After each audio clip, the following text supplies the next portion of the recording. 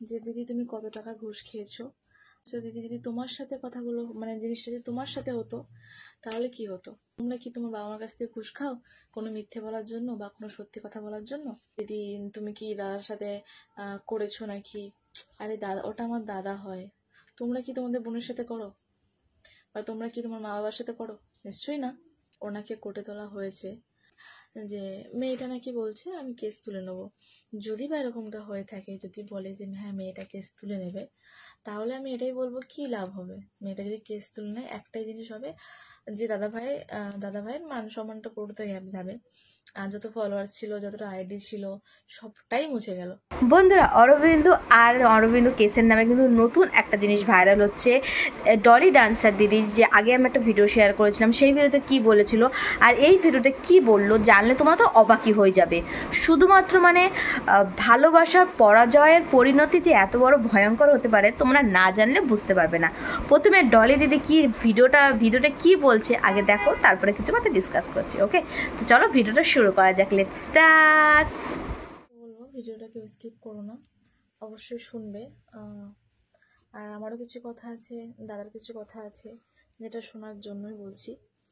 তো অনেকে আমাকে কমেন্ট করেছো এরকম যে দিদি তুমি কত টাকা ঘুষ খেয়েছো, আর এরকম কমেন্ট করেছো দিদি যদি তোমার সাথে কথাগুলো মানে জিনিসটা যদি তোমার সাথে হতো তাহলে কি হতো।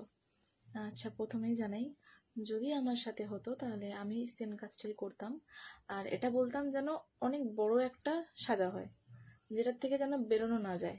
আমি এটাই চাইতাম। আর ঘুষ খাওয়ার কথাটা তোমরা বলেছিলে, ঘুষটা আমি কেন খেতে যাব? আর ঘুষটা খাবোটাই বা কেন? তোমরা কি তোমার বাবা মার কাছ থেকে ঘুষ খাও কোনো মিথ্যে বলার জন্য বা কোনো সত্যি কথা বলার জন্য? সত্যি কথা বলার জন্য কোনো ঘুষ খেতে লাগে না, সত্যি কথা এমনি মুখ থেকেই বেরিয়ে যায়। আমি কেন? তোমাদের কি এরকম মনে হয় যে উনি ওই কাজটা করতে পারে? ওনার কাজ দেখে কোনোদিন কাউকে বিচার করতে নেই, সব থেকে বিচার করতে হয় মন থেকে। বাইরে তো সবাই সুন্দর দেখাবে, ভিতর থেকে কেমন মানুষটা সেটা তোমাদের জানতে হবে, দেখতে হবে। আর তোমরা এরকম বলছো দিদি তুমি কি দাদার সাথে করেছো নাকি? আরে দাদা, ওটা আমার দাদা হয়। তোমরা কি তোমাদের বোনের সাথে করো বা তোমরা কি তোমার মা বাবার সাথে করো?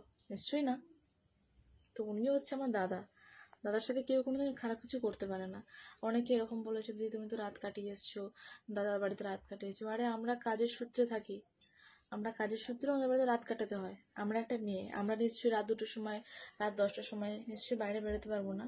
আর ওনার যে স্ত্রী মানে আমার বৌদি, উনি ভীষণ একটা ভালো মানুষ, ভীষণ ভালো মানুষ। ওনাকে দেখতেও খুবই সুন্দর, এতটাই ভালো মানুষ উনি। এরকম নয় যে আমরা থাকবো উনি আমাদের থাকতে না বলবে, বা আমরা থাকবো ওনার স্বামী আমাদের সাথে খারাপ ব্যবহার করবে, একদমই নয়। আমি বলছি এটাই যে তোমাদের যদি মনে হয়ে থাকে হ্যাঁ তোমরা ভিডিও কেন বানাবে, আগে প্রমাণটা পাও যে হ্যাঁ উনি এই কাজটা করেছে, তোমাদের হাতে পুরো ভালো করে প্রমাণটা আছে। তা না করে তোমরা কন্টিনিউ প্রতিদিন উল্টো পাল্টা কমেন্ট করছো, উল্টো পাল্টা কথা বলছো, কেন করছো? যদি আমার ক্ষেত্রে আমি যদি এখন তোমাদেরকে এই কথাটা ঘুরিয়ে বলি, যদি তোমাদের সাথে জিনিসটা হতো তোমরা কি করতে? তোমরা সেম কাজই করতে।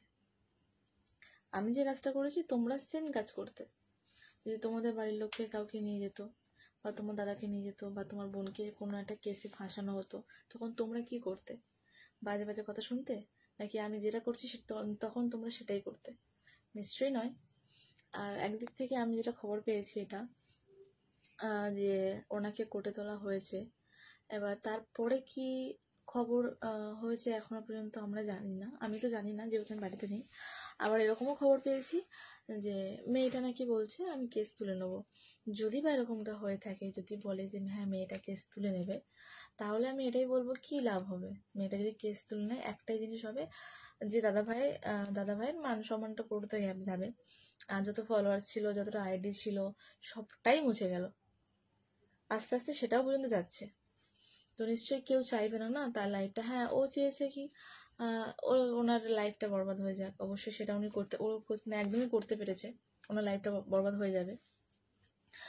তার বাদেও আরেকটা কথা, সব থেকে ইম্পর্টেন্ট কথা এটা বলবো, যারা মেয়েটা মানে ফেস সামনে আনছো, সবাই বলছো হ্যাঁ মেয়েটাকে আমরা জানি, মেয়েটাকে চিনতে পেরেছি, মেয়েটাকে দেখতে পাচ্ছি, সবাই পোস্ট করছো এই সেই মেয়েটা, এই সেই মেয়েটা। কেউ এরকম করে পোস্ট করো না। এখনো পর্যন্ত প্রমাণ হয়নি যে আদৌ জিনিসটা ঘটে গেছে কি ঘটেনি। আর যতক্ষণ না প্রমাণ পাচ্ছি, আমি তো প্রমাণ এখনো পর্যন্ত পাইনি, আমি যতটুকু কথা শুনছি সবার মুখ থেকে শুনছি, যেটা শুনছি আমি তোমাদেরকে সেটাই আপডেট দিচ্ছি বা সেটা বলছি। তো সেই সূত্রে আমি এটাই বলবো যে মেয়েটা যদি তোমরা আনতেই চাও মেয়েটার, তো যদি দরকার পড়ে তো অবশ্যই সামনে কোনো একটা ছবি লাগিয়ে দাও বা সামনেটা একটু ঘেঁটে দাও, তাহলে যাতে মুখটা না আসে। কারণ তারও একটা জীবন আছে, একটা সে এখনো বিয়ে করেনি, তারও এখন বিয়ে থাওয়া বলে কিছু একটা আছে, জীবন আছে। তো এটাই বলবো, তোমরা কেউ কিছু করো না। আরও একটা কথা, তোমরা বলছো দিদি তুমি ডান্স করো, দিদি তুমি হাঙ্গামা করো, তুমি এরকম তুমি এরকম। আরে কারোর কাজটা কি নিশ্চয়ই ছোট নয়। আমার কাজটা আমি করি, আমার শখে করি, আমার ইচ্ছা, আমার কাজ আমি করি, তোমাদের কাজ তোমরা করো। কে কি করে কে কি না করে কেন পড়ে আছো তাদের পিছনে? আমি কি করি সেটা আমার ব্যক্তিগত ব্যাপার, তোমরা কি করো সেটা তোমরা দেখো না। দিদি তুমি হাঙ্গামা করো, দিদি এই করো, করি তো কি, আমি ডান্স করি তো কি হয়েছে? তার মধ্যে এসে বলছো, মানে কথা বলছি আলাদা, তোমরা কথায় কমেন্ট করছো আলাদা, কি দরকার? ভালো না লাগলে দেখো না, কিন্তু উল্টো পাল্টা কোনো কমেন্ট করো না।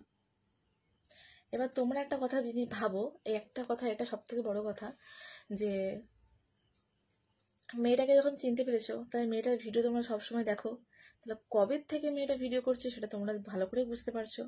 এবার তার মধ্যে ছেলে মানে ভাইয়ের সাথে আর ওর সাথে সম্পর্ক একটা হতেই পারে, আর সম্পর্ক হওয়া মানে প্রেম ভালোবাসার সাথে হবে। এবার তাদের মধ্যে কি ভিতরে সম্পর্ক কি না সম্পর্ক সেটা আমরা কেউ জানি না। এবার তাদের মধ্যে যদি কোনো ঝগড়াটি হয়ে থাকে বা কোনো একটা খারাপ কিছু হয়ে থাকে, সেটা মিটমাট করে নেওয়ার বেটার ছিল, এরকম করে না ফাঁসিয়ে। সব থেকে বলবো যে যেটা তোমরা দেখছো, মেয়েটা যখন চিনতে পেরে গেছো, তোমরা দেখছো, তোমরা বিচার করবে যে আদৌ তোমাদের মনে হয় নাকি মনে হয় না যে উনি এই কাজটা করতে পারে। আর যদি তোমাদের কোনো কিছু মনে হয়ে থাকে অবশ্যই আমাকে কমেন্ট করবে, আমি রিপ্লাই করব। আর পরের কিছু ভিডিও যদি আমি জানতে পারি অবশ্যই আমি আপডেট নিয়ে আসবো। তো এখন আমার একটাই বক্তব্য, যে প্লিজ কেউ খারাপ কমেন্ট করো না, যাতে আমার সেই কমেন্টটাকে আমাদের সামনে আনতে হয়, বা তোমাদের আইডিটাকে আমার সামনে আনতে হয়। এরকম কোনো কমেন্ট করো না, যেটা ভালো মনে হবে সেই কমেন্টটাই করো, কোনো খারাপ কমেন্ট করো না।